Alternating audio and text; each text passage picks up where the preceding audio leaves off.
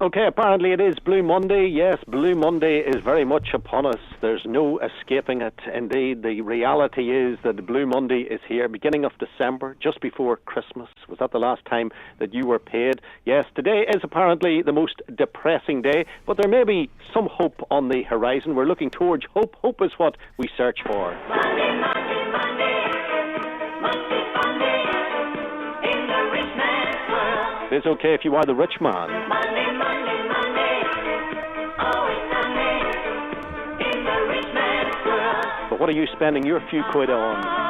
Indeed, this is the million-dollar question. It could be a holiday. Let me speak to Paul Nelson, who is a travel journalist and an expert in the field. Paul, good morning. Morning, Frank. Paul, you're going to try and put a smile on people's faces. Now, Jamie Delargy, our business editor, was at this on Friday too on the TV, suggesting that more people are likely to spend money on a holiday because they've saved money in various ways. For example, with the price of fuel and heating going down. So what hope do you have that we're splashing the cash on a Monday that's described as blue?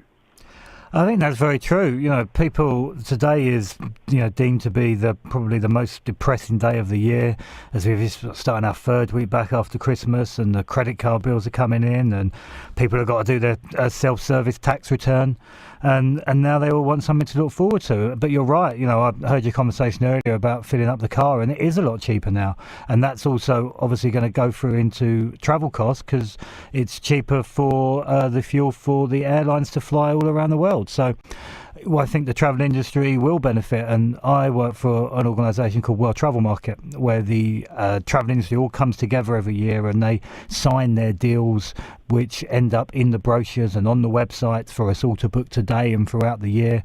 And we had our last event in November, and we saw lots of optimism from the travel industry as a real belief that more and more people would be spending their money on holidays, as they felt that their disposable income was greater than it had been in previous years. Paul, is this not the PR people from the travel industry using a trampoline to project their hopes for the year ahead, because they're really worried and concerned that people are almost afraid now to go on holiday?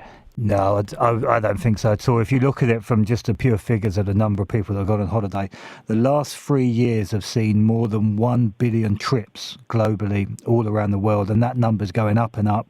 It's expected to be by 2020 pretty close to 2 billion trips. So people, and particularly us British travellers, we are incredibly resilient. So obviously there are some countries around the world that are having some problems at the moment, some very popular tourism destinations for us.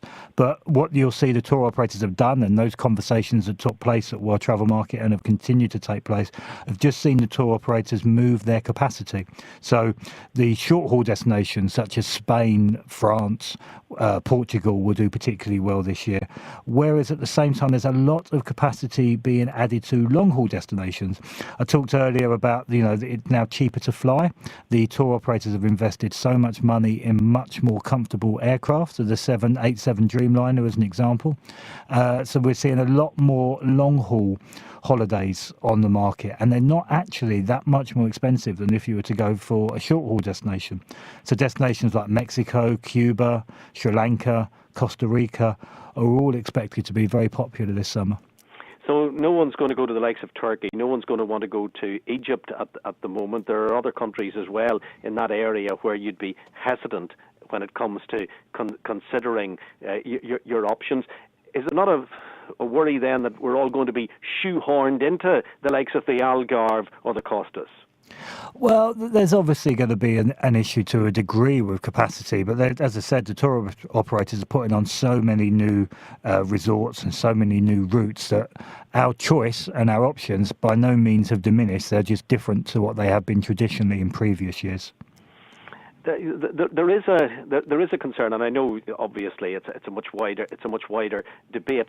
There's the lure, however, of the cheap option, and the euro. I don't know what it's 75p today. It had been even better than that. They do seem to be as cheap as they've ever been. The holidays that are on offer.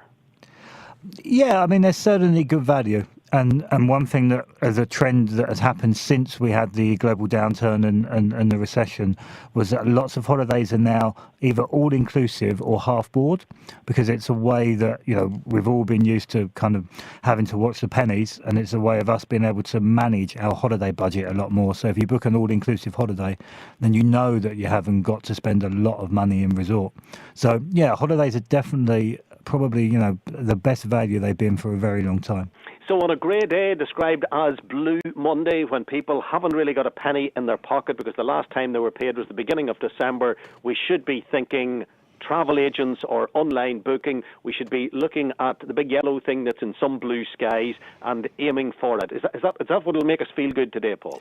Well, it will, won't it? I mean, we was having a conversation here as I was on my way into the studio. My commute was not the most pleasant commute, and it's been snowing over the weekend, and it's cold, and the weather was on just before I came in, and it talked about how it's going to be a frost this evening.